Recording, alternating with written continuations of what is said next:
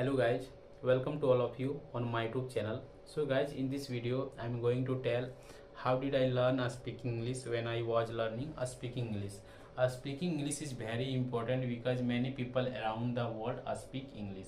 If you speak English well, you can get a good jobs and you can travel to different countries, you can talk to many people and you can make new friends. How to improve our English? Number one, practice. Practice is very important.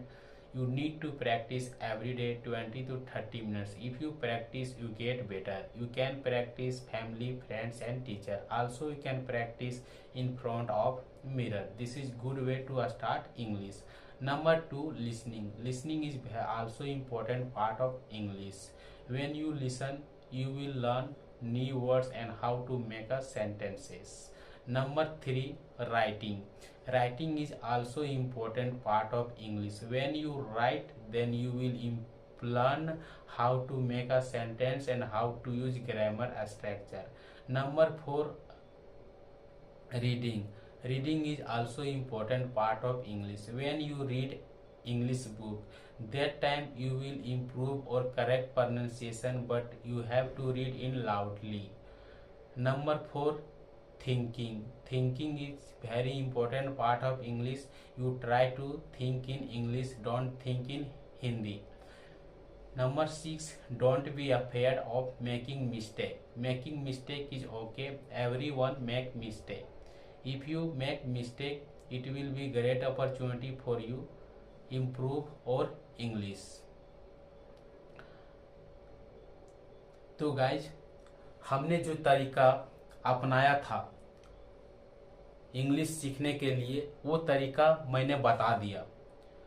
तो हमको लगता है कि इस तरीके को आप भी अपना के इंग्लिश बोल सकते हैं। अब कैसे कैसे? पहला है कि आपको प्रैक्टिस करना है। प्रैक्टिस आप किसी के साथ भी कर सकते हैं। फैमिली हो गया, टीचर्स हो गया, फ्रेंड हो गया। यदि आप प्रैक्टिस करते हैं तो खुद आप मिरर के सामने प्रैक्टिस कर सकते हैं। प्रैक्टिस करेंगे तो आप हेजिटेशन आपका दूर हो जाएगा। तो सबसे पहला जो पॉइंट बनता है वो बनता है प्रैक्टिस का। सेकेंड पॉइंट जो बनता है वो बनता है लिसनिंग का। सबसे पहले आपको ध्यान देना है कि वो क्या बोल रहा है, सुनने पर आदत डालना है। यदि आप अच्छी तरह से सुन लेंगे तो आप उसका रिप्लाई भी आराम से दे सकते हैं। तो आप सुनेंगे कि वो सेंटेंस कैसे बना रहा है, वर्ड जो से कैसे यूज कर रहा है।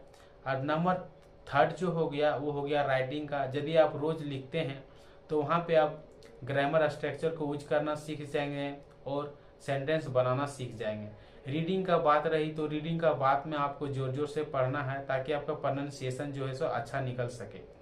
अगला बात है थिंकिंग का, सोचने की। तो सोचने की जो जरिया जो है सो इंग्लिश में सोचने की कोशिश करो जहां तक हो सके। हिंदी में सोचने की कोशिश मत करो। अगला टिप्स जो है वो है कि इंग्लिश बोलने से डरो मत, शर्माओ मत। इंग्लिश यदि आप बोलेगे यदि आप इंग्लिश बोलते हो और शर्माते हो तो फिर आप इंग्लिश नहीं सीख पाओगे। तो आपको है कि इंग्लिश आपको बोलना है। यदि आप गलती करते हैं तो वहाँ पे वो आपको मौका मिल जाएगा कि आप जो से इंग्लिश सुधार सकते हैं। ये हो गया नंबर 5, यानी कि पॉइंट जो नंबर है 5 हो गया कि आपको डरना नहीं है इंग्लिश सीखने के लिए, बोलने के लिए डरना नहीं है। तो आप लोग को इसी प्रकार से वीडियो चाहिए, मतलब किस किस टाइप का वीडियो चाहिए तो आप लोग कमेंट करके बताइए। और आप लोग को इंग्लिश सीखने के जरिए और इसी प्रकार से नॉवेल स्टोरी को सब डिस्कस करते हैं तो आप लोग कमेंट करके कमेंट में बताइए किस प्रकार की वीडियो चाहिए।